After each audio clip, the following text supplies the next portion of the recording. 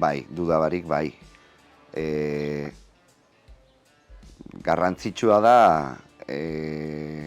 gure balore behar eta nahiei begirako prestakuntza planak diseinatzea. Gure prestakuntza planak ezingo luke bere horretan beste herrialde, beste sare bateko ikastetxeen beharrei erantzun.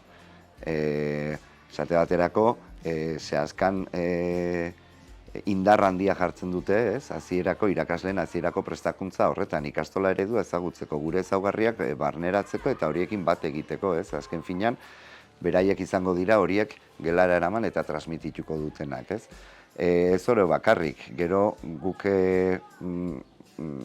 aurrera eramatea erabakitzen ditugun lanildo horiek geure egiten ditugu, geure ikuspegia ematen diogu, bai, ez dakit, berdinen arteko ikaskuntzan nola ulertzen dugu gurean, eta ze baliabide tresna ditugu, ez,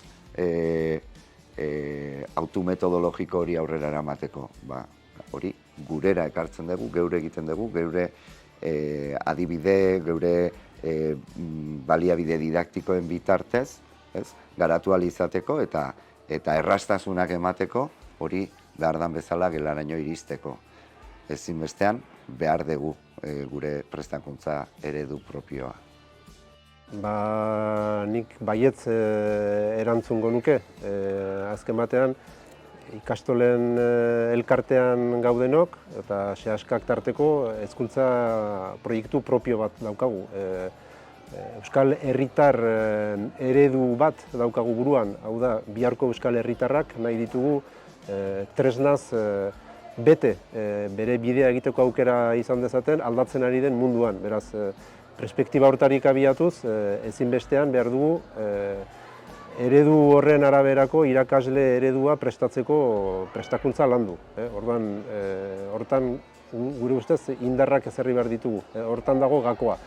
Gure realitatera itzuliz, adibidez, sehaskaren ingurunera itzuliz, azken urtetan indar handia ezarri dugu, bai hastapeneko formakuntzan, baita ere formakuntza jarraikian. Ikusten dugulako irakasleen lana ere aldatzen ari dela, hizkuntza eta hezkuntza erronkak aldatzen ari direla, eta argia ezarriko nuke hizkuntza erronketan.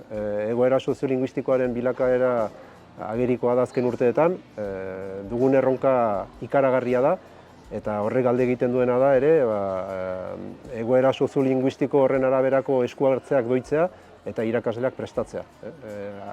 Arestian aipatu dudan bezala, irakasleak eredu ere badira, hezitzaile eta eredu ere badira ikasleen aurrean, eta beraz horrek alde egiten duena da ariketa handia. Beraz bai, prestakuntza eredua behar dugu, eta erran nezake gainera ikastolen elkartean badugula berezitasun bat, azpimarratzekoa dena, eta da justu zazpi lurraldeetan hedatuak girela, eta zazpi lurralde horien araberako eskalak ere bestelako dimentsio bat ematen digula.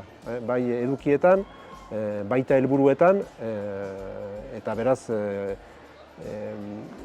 prestakuntza eredu propio baten beharra gure eskalaren araberakoa dela errango nuke. Eta iduritzen zait ondoko urteetan hortan ezarri beharko dugula indarra.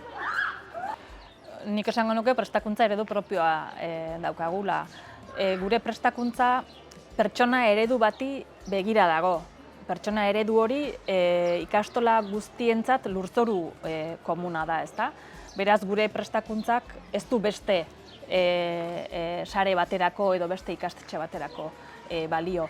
Bestalde, gure prestakuntzetan, gure ikastarotan lurralde eta izaera desberdinetako ikastolek parte hartzen dute, eta horrek ikastolen arteko saretzea indartzen du.